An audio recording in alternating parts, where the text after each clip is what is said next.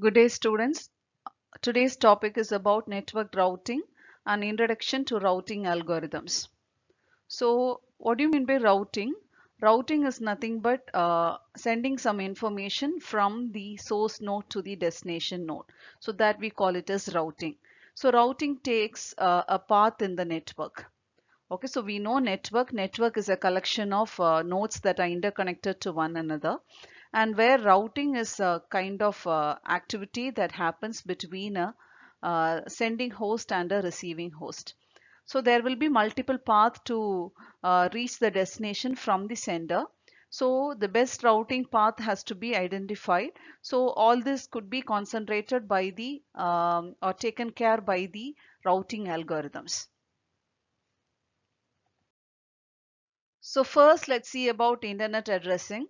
Internet addressing is similar to a postal addressing system. So postal addressing system is nothing but we'll write the addresses on the envelope. So it will have the postal code and the house address. So there will be sender's address too. And from the sender, the information will reach the receiver. So now addressing in the internet is also a similar kind of postal addressing system. And here the protocol used is internet protocol, and the address we call it as IP address. And this IP address comprises of two parts. The first part, which is nothing but the network ID, and the second part is called as host ID. So the first part, network ID, is similar to the postal code, and the second part, which is the host ID, it is similar to the house address. So when a packet is being transferred or when a data is being sent from the source to the destination, the IP address plays a major role in finding the device on the network. So these IP addresses are useful for finding a device on the network. So I spoke about two parts, right? The first part is network ID and the second part is the host ID. So a host will be associated to a network. So only if the network ID is identified, then the host could be found out easily. The host is endpoint of communication in the network. So communication starts at a host. Example could be web server, email server, and even handheld devices that use the internet for accessing information. So that could be thought as a communicating devices here. So let's find the key difference between the internet addressing system and the postal system. So though they sound similar, but there are few differences too. Postal addressing system is not always very exactly similar to the internet addressing system. So when we learn about this internet addressing scheme in detail, we'll be finding out or we'll be able to infer the proper difference between a postal system and internet addressing scheme. So let's consider an example. There are two friends, John and Alex. John is sending rupees 5,000 to Alex, and Alex has to send a confirmation message to John so that John may ensure that the amount has been deposited properly into Alex's account, right? So between two friends who are well known to each other, when the first friend John is sending some 5,000 rupees to Alex, Alex has to send a confirmation message back to John so that John can ensure that the amount got properly deposited into Alex's account, right? So this is between two known friends on the network. But now imagine we are talking about a network where there are millions of devices connected, and you are the sender and your friend is your receiver, and though you are known to each other, you are physically uh, far and you are geographically far. So in order to have a proper transmission of data from the sender's end to the receiver's end among these millions of devices connected in the network, this is a little tedious job. So the sender will have an IP address, to identify the sender on the network, and the receiver will have his own IP address to identify the receiver on the network. So both have their own unique IP address, and both will be under a common network, a same network, or they can be under different networks. So now let us imagine there are two different networks where you and the receiver are associated with. So the sender is associated with network under network A, and the receiver is associated under network B. Now a host or a sender under network A has to send a message to a receiver under network B. So before sending the message, the sending host must have a confirmation that the receiving host under network B is reachable. Otherwise, the message may get lost there are multiple issues that occurs in the network. So we cannot just simply send a message without getting an acknowledgement. So there are some messages that are being sent from the sending end to the receiving end just for the sake of getting acknowledgement. So those messages are called as beacon messages. And the sending host under network A is sending a beacon message to the receiving host under network B. And now it is the responsibility of the receiving host under network B to send an acknowledgement just to say that I am available and reachable. Okay, so that the sender can then subsequently keep on sending the original data packets.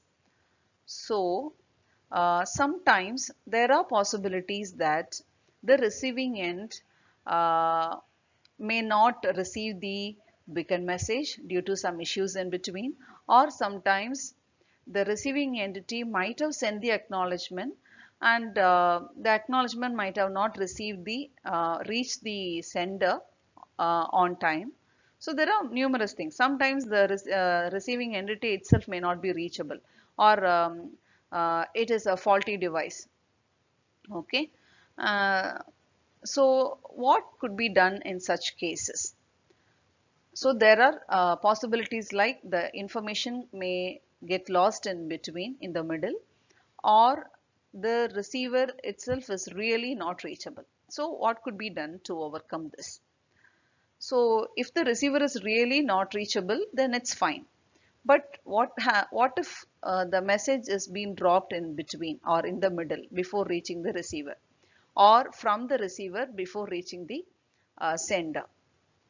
So in this case, the sender can take another mechanism of sending the beacon message packets repeatedly based on a timer value. So that says the maximum number of attempts sender can send a beacon message just to find out whether the receiver is reachable or not. Okay, so maximum number of attempts could be set with the help of a timer. So when the sending host sending its beacon message to the receiver, or the receiver is sending back a reply or acknowledgement to the sending host, the IP addresses has to be put inside the beacon message just to have a confirmation from whom the message has come from. And once the acknowledgement is has come from the receiver to the sender, now the sender gets ready to send the original data information. So that goes in the form of a packet or datagram. And every packet or datagram will have its maximum transmission unit. Say for example, there are 500 MB of data and the packet size is fixed to 64 bits. And now these packets, if they have to accommodate the data according to their maximum transmission units, then the large volume of data which I am having to send to the receiver must be splitted as 64 bits each, and then accordingly it must be transmitted. So now you could have got a doubt here. So if I split the data, or if I fragment the data according to the maximum transmission unit and send, how the data will get reassembled or get in order at the receiving end, right? So for this, there is a mechanism called a sequence number associated with every packet. So once the data at the receiving data arrives at the receiving entity, so it is the sequence number that helps in rearranging the data at the receiving end, so that nothing goes in out of order, everything will fall in the correct order. So this could be solved with the help of the sequence number. Also, there may be a possibility, like due to some network bandwidth variations, there might be a packet which is sent as like maybe from the sending end, a packet which is sent first may reach at the last in the receiving end. So it depends. There are multiple reasons in between the sending host and the receiving host, so that the packet may not get reached the receiver according to the order in which it is sent by the sender. So this could be much clearly understood with another better example. So let's take there is a group of 100 friends. They wanted to go for a game, but they have only one car available, and the car can accommodate only 5 people at a time. And this 100 friends cannot be accommodated in a single car.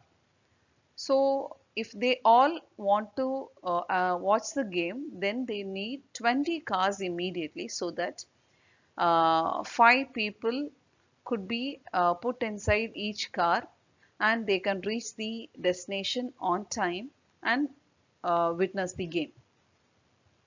So this could be related to the packet sending and delivery mechanism, where this 100 size of people could be related to the size of the data to be sent, and 5 people getting accommodated in a single car could be thought as the maximum transmission unit of a packet, and 20 cars needed to um, transmit these people from their source destination to the destination could be related to the maximum number of packets that are needed to transmit the data of size 100. Okay, so this could be better understood. The whole world is digitalized and it is now connected, and connection over the network. So network connectivity and the number of devices on the network that exists today is beyond our comprehension. And the packets are found as considered as the atomic unit of information in a packet switched communication network that are exchanged between the nodes. And routing could be defined as the process of transferring these packets of information from the source node to the destination node along an optimum path with number of hops in between, with one or more hops in between. That could be considered as routing. And routers and switches are the devices that are used for this purpose. And routing protocols and algorithms are configured inside these routers and switches. And the routing of packet is taken care by the L3 layer of the OSI reference model, which is also known as the network layer. So now let's see an example here. The picture given, there is a source node and a destination node, and between the source is going to send data to the destination, and the source, what it does is to ensure that the destination is available and reachable, it sends a beacon message first, and for this beacon message the destination has to send an acknowledgement, so that so that the sender could easily confirm that the destination is in the available mode and reachable mode. And now when the source sends data to the destination, it cannot send directly. There will be multiple nodes in between. So the nodes could be either routers, or it could be an ordinary host, or it could be switches. So what happens here is, when the source node starts sending the data packets to the destination, it goes through routers or ordinary host or through switches. And the routers are nothing but the cross points. So what they do is, they just receive the packets that comes in and then inspect their header and find the destination IP address, and then check its internal routing information table to find the best outgoing link for the packet to be forwarded to the destination. Okay, and the links between the routers will have their maximum data rate set. So that is called as the bandwidth or capacity of the link. Say for example, if the maximum capacity or bandwidth for a link is between two routers is set as 1.54 megabits per second, then the link can never accommodate data rate more than 1.54 megabits per second. And now let's see again the picture. There is the source node and the destination. And the source, if it has to send the data to the destination, then it has numerous ways to send. But the data packet will definitely arrive at this particular router, because this is the next immediate node to the source, and from here the decision is taken to through which link the data packets have to be transmitted. Okay, so there are three possible ways, or three or four more possible ways. So this is one, this could be one way, and this could be another way, and this could be the third way, or the data packets can go like this. It can go here, and then it can reach here, and then it can again come here through this way. It can go to this router and then finally reach the destination. So there are numerous possible ways. So now the router must find out the best fit path so that the data packet reaches the destination on time. So it must be a shortest path, and it must be an efficient path too. And suddenly, if there is a traffic increase, now what happens is, like, the senders will be uh, sending on the packets, and now through the routers it goes, and the router will have a temporary storage space, or else we could call it as buffer. And this buffer is helpful for storing up the incoming packets if there is a network traffic increase. Otherwise the data packets get transferred as it comes. But now if there is a sudden increase in the traffic, what happens is, the data packets get backlogged into the buffer space, but the buffer space also has its own limit. So once the limit has been set, then it can never accommodate any other incoming packets. So there may be a possibility of losing of the packets too. So the network traffics are generated by the different applications that exist on the network. So there is a possibility that a data packet could get corrupted due to some electrical signaling problem on the communication link, and this problem is of corrupting the data packet. We call it as garbling of a packet, and it is similar to a lost packet. So when a data packet gets corrupted, which means the data packet is of no use, similar to a lost packet. So routers must be in a position, like the links between the routers must be enabled in a way that gobbling of packet is kept minimal. So now there are few features that are associated with every router and its communication link for efficient delivery of packets. Okay, the first one is, the routers must be enabled with sufficient amount of buffer space to store the backlog packets. Okay, if there is a sudden increase, then obviously the incoming packets will get stored in the buffer space at the router. So These buffer space must be set with reasonable amount of space so that the incoming packets will get easily accommodated. And then the links between routers must be enabled with adequate bandwidth, and uh, garbling of the packet must be kept minimal. Uh, and the routers must be very efficient in picking up the right route for the incoming packet to get delivered to the destination. And if you take two network IDs, say for example the sender and the receiver, their IP address, if you look into, it may look like so similar, but they are not located very near. They are geographically far. So two net IDs, if they look similar, doesn't mean that they are nearer. Uh, it is not so in the network. Now, core routers are there. There are different kinds of routers. One such router is core router. And this core routers will keep an explicit list of all the valid net IDs along with their identified outgoing link. Okay. So when a packet arrives, then these core routers can easily take the decision of looking into the net ID and the appropriate outgoing link so that the packets could be directed properly to the right destination.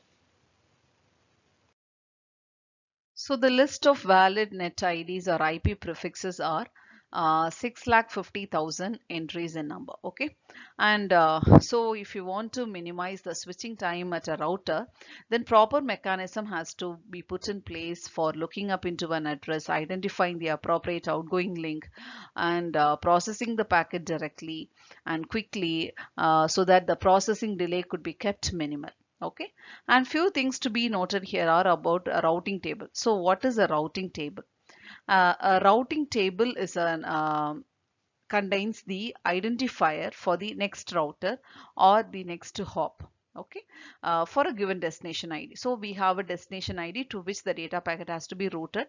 So we must know, the router must know to which hop or to which router the packet has to be transmitted. Okay, so that has been identified by the routing table, and this routing table must be updated ahead of time.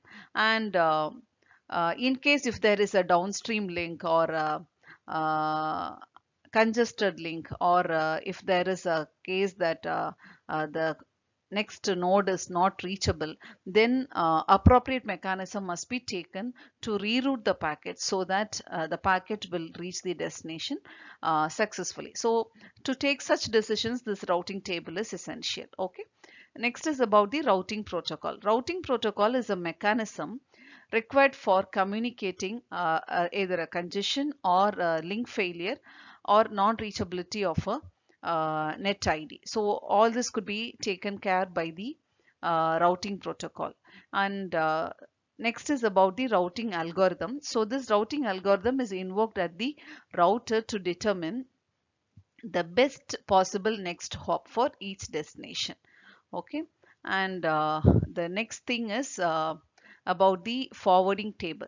So forwarding table is derived from the routing table, and this forwarding table will have the best possible outgoing interfaces, and for this could result in the efficient delivery of the packets. Okay, and this is a subset of the routing table only. It is extract or derived from the routing table only, and so it is a revised version of the routing table, we could say. And forwarding information base is also known as the forwarding table. And now traffic engineering, this is used for maintaining the operational performance of a network, improving it, and then it also identifies procedures or controls to be put in a place so that good network performance is obtained. And then finally architecting a network. So this is much related to the topology of the network, and it is like where routers has to be located and where what must be the bandwidth of the links. Everything will be determined by architecting a network properly. So there are two major classifications of routing algorithm. One is adaptive routing algorithm and next is non-adaptive routing algorithm. And this adaptive routing algorithm is also known as static routing algorithm. So it is static. Why? Because like even if there is a topology change or if there is new nodes adding into the network or if there are some dynamism happening in the network style or traffic, this adaptive routing algorithm will never configure to the new change. Okay, it will not accommodate the new change. Instead, it persists as similar before. So it may result in some identification of false routes. Okay. And non-adaptive routing algorithm is some kind of dynamic routing algorithm where it adheres to the topological changes and traffic changes of the network, and also even the main parameters related to this algorithm are the hop count, the distance, and the estimated transmission time and all. So these are all some of the factors that are driving the non-adaptive routing algorithm. So when compared with adaptive routing with the non-adaptive, dynamic routing algorithms are always preferable. So this is a simple comparison based on certain parameters between an adaptive routing algorithm and non-adaptive routing algorithm. So based on the definition, we can say that adaptive routing algorithm is an algorithm that constructs the routing table based on the network conditions. But non-adaptive routing algorithm is an algorithm that contains a static table to determine which node to send the packet. So the uh, table remains static. It will not get modified even though there are some changes in the network.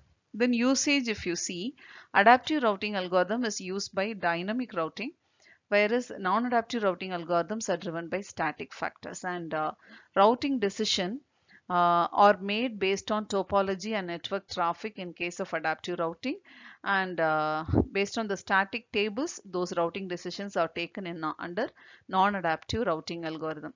And categorization could be like the type of adaptive routing algorithms here are centralized, isolation, and distributed algorithm. Under non-adaptive algorithms, it is flooding and random walks. Okay. And complexity, when it has been compared, adaptive routing algorithms are more complex because they have to stick on to the new changes that occurs in the network, whereas non-adaptive routing algorithm complexity is very less as the routing table doesn't change much. Okay. So that's all. Thank you so much for listening to this lecture. And we have learned about the basics of routing, the IP addressing scheme, how it is related to postal addressing scheme and in what way it differs from the postal addressing scheme, and now the routing protocols, the routing mechanisms, about the routers, its functionalities. So things are being covered in this way, and probably in the next lectures we'll be looking into more details about these routing algorithms and even this IP addressing like IPv4 and IPv6 addressing schemes, how this public switch telephone network works, and router architectures, and the TCP, UDP, packet format and all will be seen in the forthcoming lectures. Thanks for watching.